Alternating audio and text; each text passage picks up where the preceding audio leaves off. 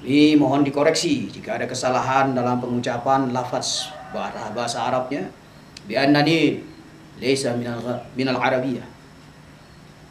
Ana minal Indonesia. La ilaha illallah. La ilaha illallah. La ilaha illallah. Muhammadur Rasulullah. Ya Allah, ya salam, lindungi Republik Indonesia dari bencana alam, dari perang saudara.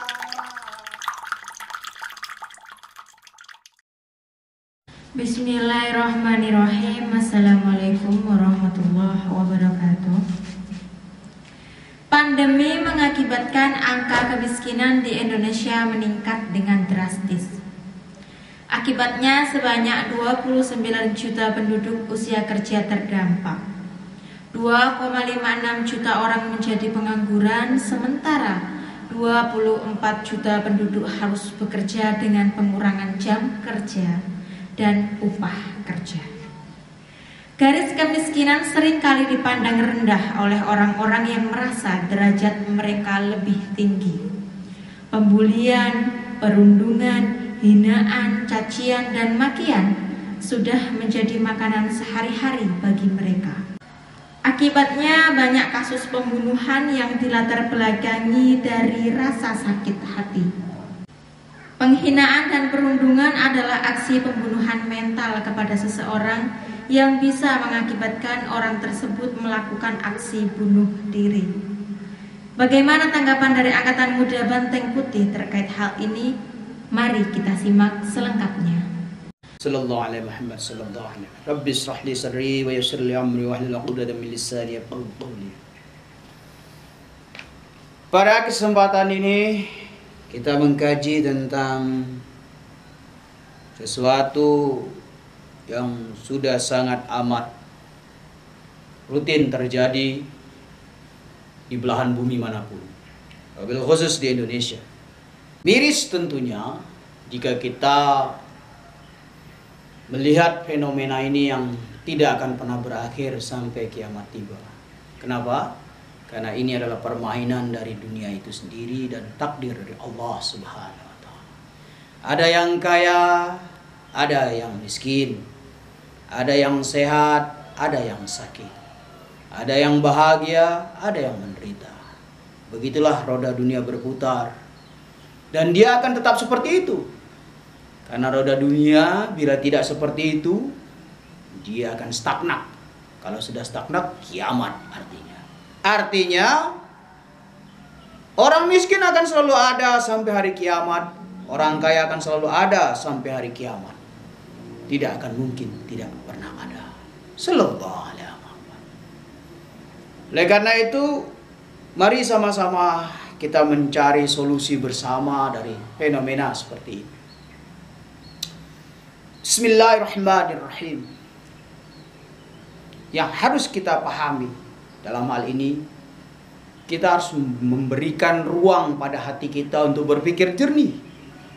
Apa dan mau apa kehidupan yang kita jalani saat ini?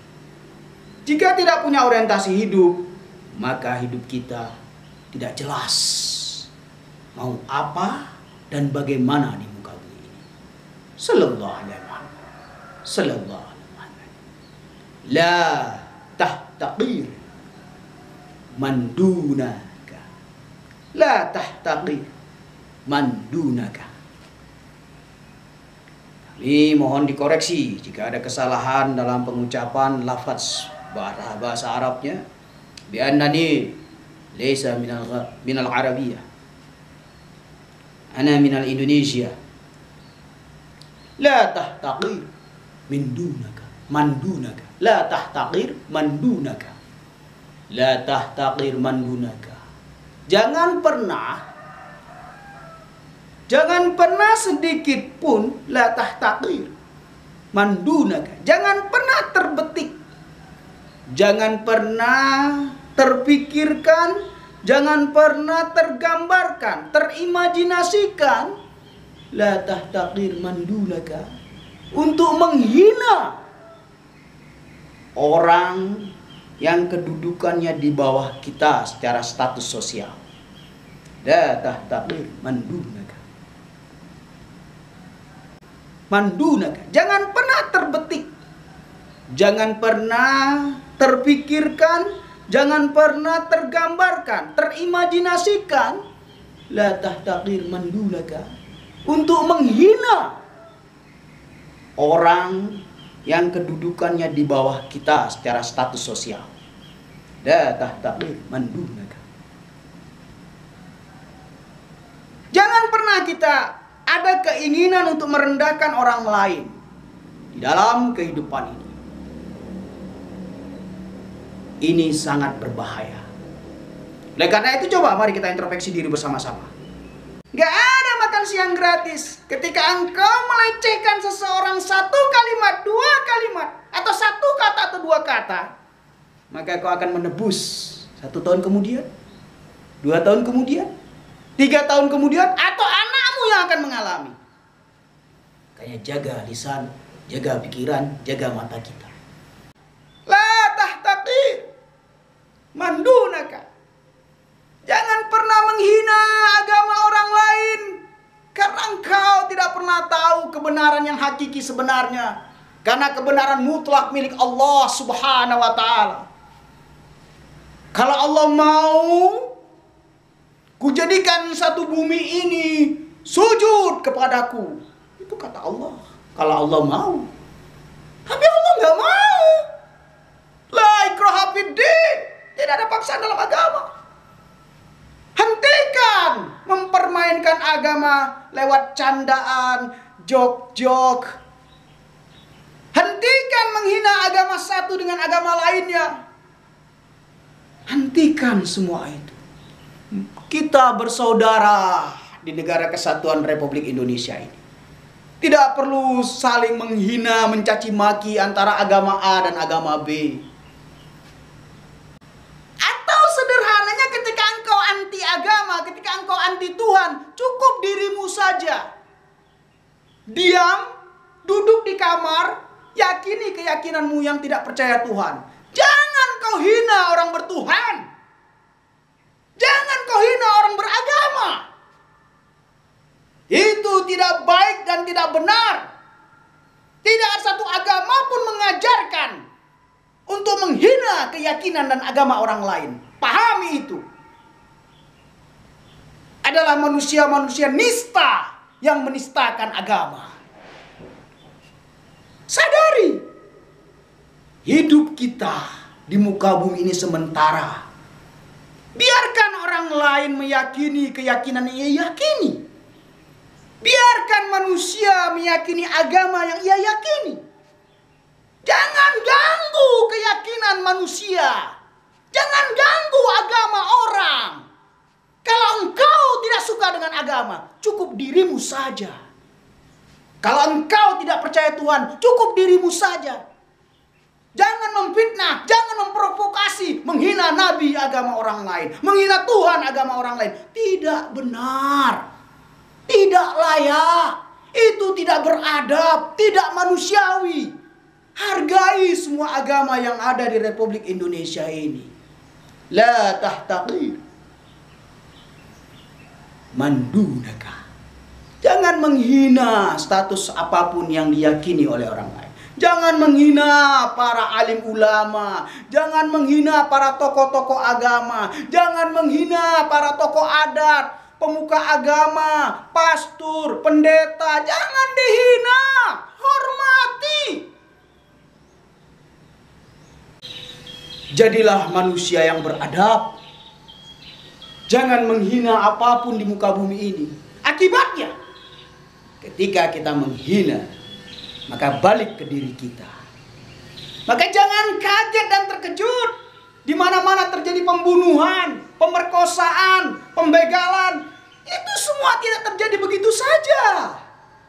Ada hukum sebab akibat, ada hukum sosial. Ketika si miskin diinjak, ketika si miskin dihina, ketika si miskin dimarginalkan, maka apa yang terjadi? Dia akan melawan. Dan dia akan mencari orang yang menghinanya. Maka dia akan meneteskan darah sang penghina tersebut. Apa yang kau tanam, maka petiklah sendiri. Jangan mau kita diadu domba satu sama lain. Jangan merasa hebatlah. Jangan merasa mentang-mentang mempunyai kekayaan kita seenaknya saja terhadap orang-orang miskin. Melecehkan tetangga, melecehkan orang jalan kaki. Kebenaran agamamu cukup engkau yakini saja. Jangan lukai kebenaran agamamu dengan cara melukai kebenaran agama orang lain. Tidak seperti itu yang diajarkan oleh agama. Simpan kebenaran agamamu, yakini. Tidak perlu mengajak agama orang lain untuk ikut ke agamamu. Tidak perlu seperti itu. Karena hidayah datang dari Tuhan yang Maha Esa. Mari kita berpikir cerdas. Walikuli syai' maziyah. Karena setiap yang hidup di muka bumi ini diberikan Tuhan yang Maha Esa skill, kemampuan. Harusnya kita saling tolong-menolong. Karena roda akan berputar. Hari ini bisa jadi kita kaya. Besok bisa jadi kita melarat. Idza arada syai'an yaqulu lahu kun fayakun. Kalau Allah sudah berkehendak, jadi maka jadilah. Jangan pernah menyalahkan orang-orang miskin yang ada di Republik Indonesia ini. Jangan katakan sekali-sekali kepada mereka malas. Jangan. Kau tidak tahu keadaan orang-orang miskin yang sebenarnya. Hanya untuk mencari sesuap nasi, mereka keliling kota.